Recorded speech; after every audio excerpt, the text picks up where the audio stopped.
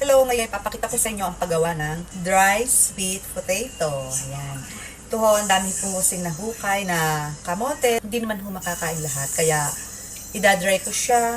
Pakikita ko sa inyo kung paano siya ginagawa. Dali lang po. Hugasan ho muna natin ng mga kamote. Huwag ho natin siyang babalatan. Steam lang ho yan. Steam ng 30 minutes. Kayo na ho bahala. Basta, ako ho, 30 minutes ko lang itong ini-steam. Tapos, babalatan ko na ho siya. Then, i-slice ko siya and i-dry lang natin siya. Makakain nyo ho siya. Okay, let's make dry sweet potato. Lang natin malaki. Sinasalo natin natin. Siya. Reaction.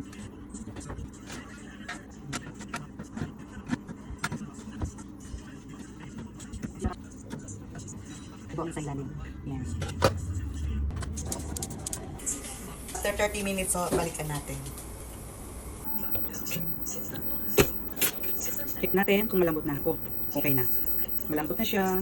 Palamigin po natin bago natin siya balatan.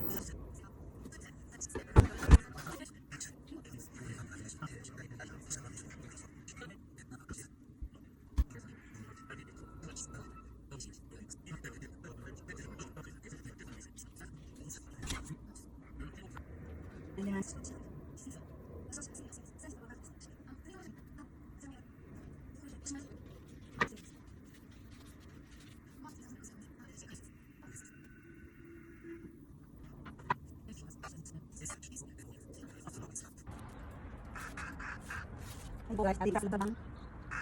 Ay, hindi mo kami pa. Hindi na ba? Hindi. Hindi.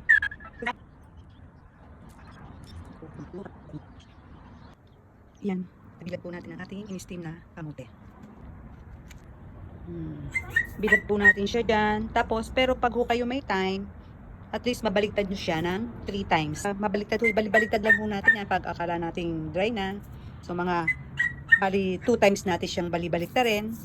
Ayan lang po. Dry natin siya for 1 day. At 4 times natin siyang pagbalibaliktarin. Ayan. Ang dry sweet potato. Okay. Ayan po yung ating dry na. Nag-dry na po siya ng 1 day. Balibaliktad lang po yan.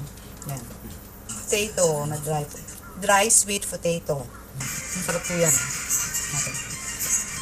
Ang sarap. Okay. Kasi na siya.